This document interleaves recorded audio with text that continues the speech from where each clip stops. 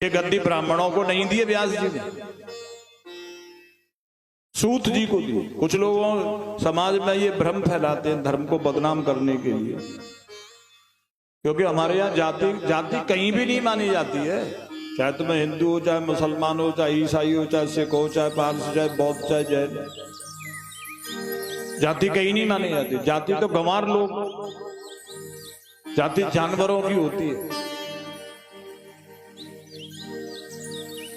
क्योंकि बाप की गारंटी नहीं तो जाति की गारंटी कहां से होगी? बाप की गारंटी है किसी की नहीं, शुरू से ही नहीं है। इस बाप की गारंटी नहीं, इस बाप के बाप की गारंटी नहीं, उसके बाप, किसी के बाप की गारंटी नहीं। और जब से हॉस्पिटल बन गए तब से मम्मी की भी गारंटी खत्म हो गई, क्योंकि हॉस्पिटल वाले लड़की को उठा देते, लड़का धर देते, किसी का लड़का होगा, किसी की लड़की धर देते, बदल देते। तो जो जन्म से मानते हैं वो मूर्ख लोग हैं, गंवार लोग हैं, जानवर लोग हैं। भगवान गीता जी में कहते चातुर्वर्ण में सृष्टम, वर्ण व्यवस्था हमारे यहाँ, जाति व्यवस्था नहीं है। तो ब्राह्मण वो है जिसके ब्राह्मण जैसे कर्म हो, चाहे किसी में भी पैदा हुआ हो, जन्म ना जाते शूद्र संस्कार दोच्यते। व्यास जी ने सूत जी को व्यास गद्दी दी, अरे गहरे ने नहीं दिए। व्यास जी ने सूत जी को व्यास गद्दी पर बैठाया, किसी ब्राह्मण को बैठाया ही नहीं। तो ये कहना गलत है कि गद्दी ब्राह्मणों की, बिल्कुल गलत है, 1000% गलत। और किसी को शक हो तो हमसे बात कर ले, तो भागवत कोई देख ले कि सूत जी कौन है, सूत जी कथा करे। 18 पुराणों की कथा सूत जी नहीं कही है, और गद्दी पर बैठ करके कही, और ऋषि मुनियों ने सुनिए नीचे बैठ करके। तो बलराम जी ने देखा कि सूत की इतनी हिम्मत के ऋषि मुनियों ने मेरा सम्मान किया, ये सूत पुत्र होकर के मेरे सम्मान के लिए खड़ा नहीं है, बड़ा घमंड हो गया इसको। सुखदेव जी के कहने पर व्यास जी ने इसको पढ़ा लिखा दिया और ऋषियों ने इसको गद्दी पर बैठा दिया, तो क्या हमारा भी पूजनीय हो गया? क्रोध में उन्होंने, इतना क्रोध हुआ कि हल्की कुशा से उन्होंने व्यास गद्दी पर बैठे हुए सूत जी की हत्या कर दी। ऋषियों में हाहाकार मच गया। ऋषियों ने खड़े होकर के बलराम जी के दुष्कृत्य की घोर निंदा की। कहा कि महाराज अस्य ब्रह्मासनम, ये ब्रह्मासन है, ब्रह्म माने अनंत अनादि, जिसमें जाति पांति के लिए कोई जगह ही नहीं है महाराज। ब्रह्मासन माने सत्य आसन, सदाचार। जो भी सदाचारी हो, विद्वान हो, परिस्त्रीगामी के लिए नहीं है। चाहे कितना ही बड़ा पंडित हो, काशी बड़ा पंडित हो, परिस्त्रीगामी है या दुराचारी है, किसी भी तरह का शास्त्र विरोधी है, गद्दी पर नहीं बैठ सकता, उसको राक्षस कहते हैं। रावण पढ़ा लिखा विद्वान था, ब्राह्मण था, लेकिन सदाचारी नहीं था, परिस्त्रीगामी था, इसलिए उसको ब्राह्मण नहीं कहते, राक्षस कहते।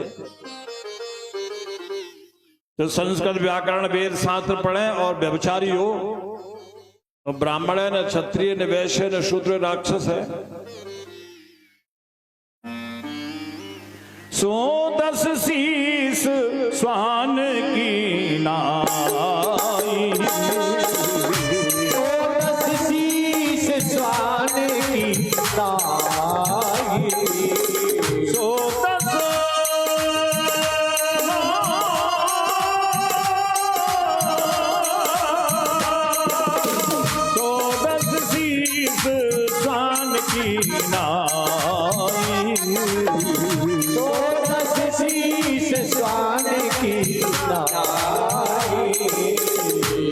उतचित ये चला भड़े हाई, उतचित ये चला भड़े हाई, उतचित ये चला भड़े हाई,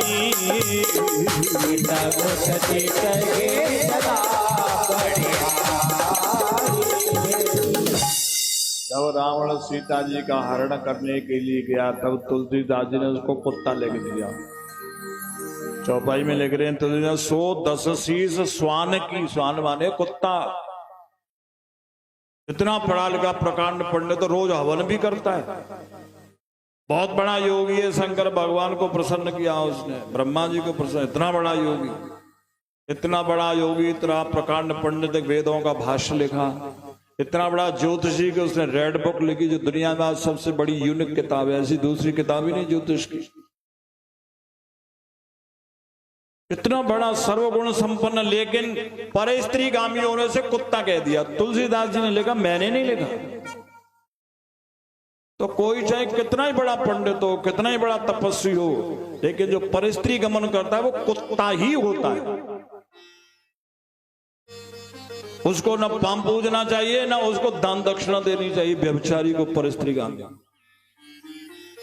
तापर नार लीलार घोषाई, तापर नार लीलार घोषाई,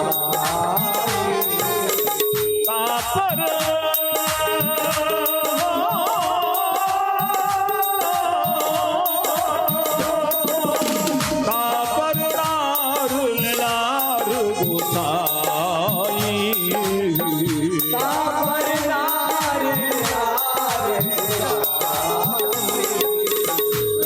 चौथे के चंद के नाई, चौथे के चंद के नाई, सजो चौथे के चंद के नाई, सजो चौथे के चंद के नाई।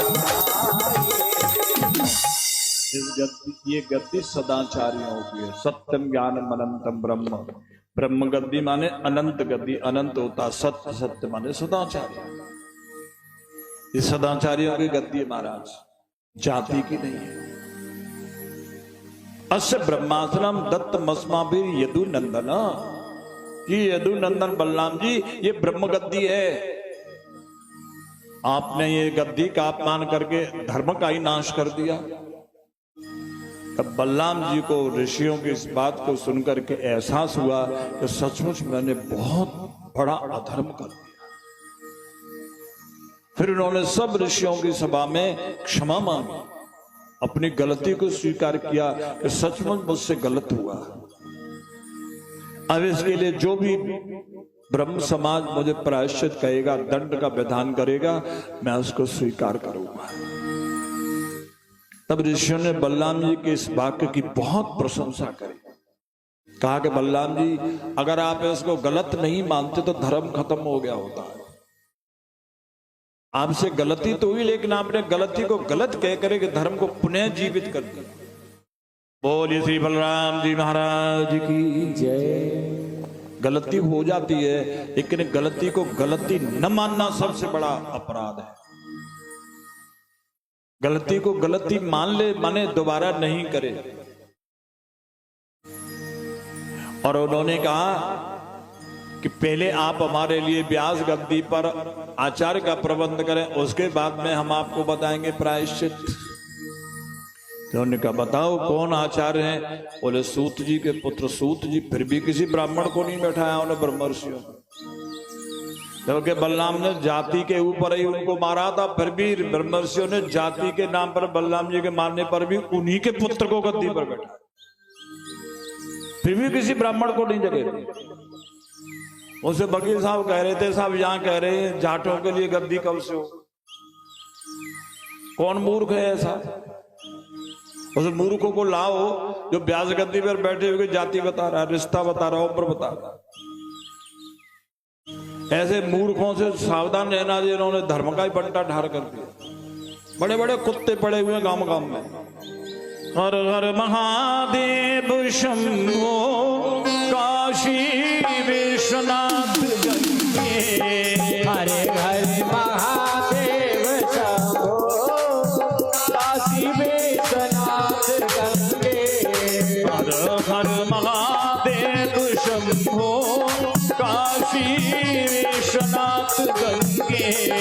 हरे हरे महादेव शंभो काशी विश्वनाथ गंगे। काशी विश्वनाथ गंगे, काशी अमरनाथ काशी विश्वनाथ गंगे, काशी अमरनाथ गंगे। हर हर महादेव शंभो, काशी विश्वनाथ गंगे। हरे हरे महादेव शंभो, काशी विश्वनाथ बोलिए गंगे। शंकर भगवान की।